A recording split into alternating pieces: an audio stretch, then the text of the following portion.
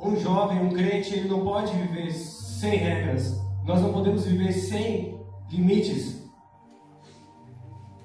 Quando eu falo como é culto de juventude, vou me referir mais à juventude.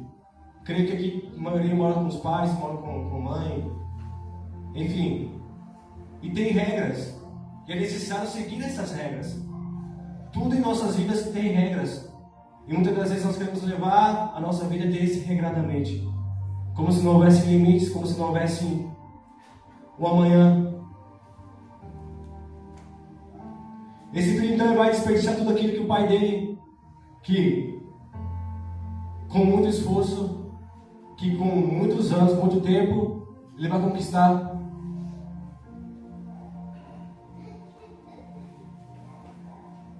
E a palavra vai dizer que a terra onde ele estava vai passar por um período de fome.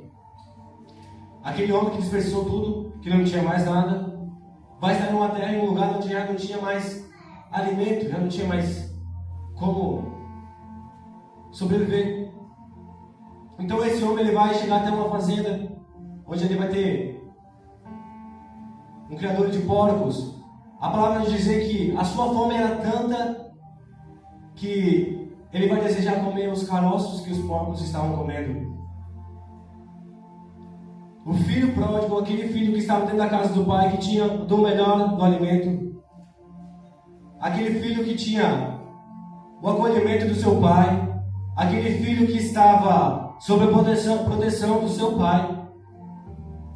Por sua desobediência, por sua ambição, por querer olhar mais para o desejo da sua própria carne e não honrar a seu pai, ele vai começar a sofrer, padecer por fome, ao ponto de desejar aquilo que não é para ele comer, e sim para os porcos.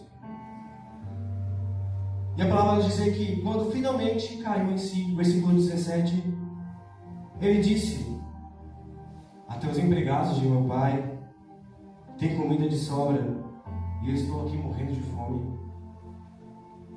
Vou retornar à casa de meu pai e dizer: Pai, pequei contra o céu e contra o Senhor, e não sou mais digno de ser seu filho.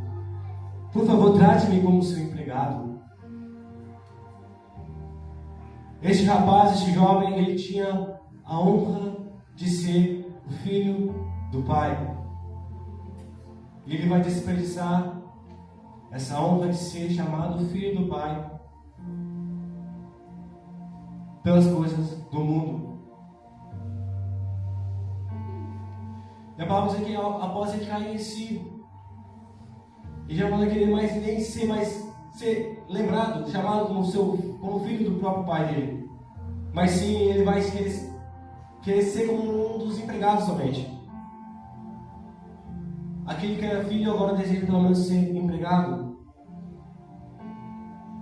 E a palavra continua nos dizendo: então voltou para a casa do seu pai, e quando ainda estava longe, seu pai o viu. Cheio de compaixão, correu para o filho, o abraçou e o beijou. Talvez nós pensamos assim da seguinte forma: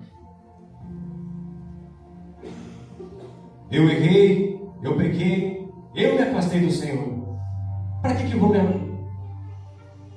Talvez nós pensamos: por que o Senhor me acolheria novamente?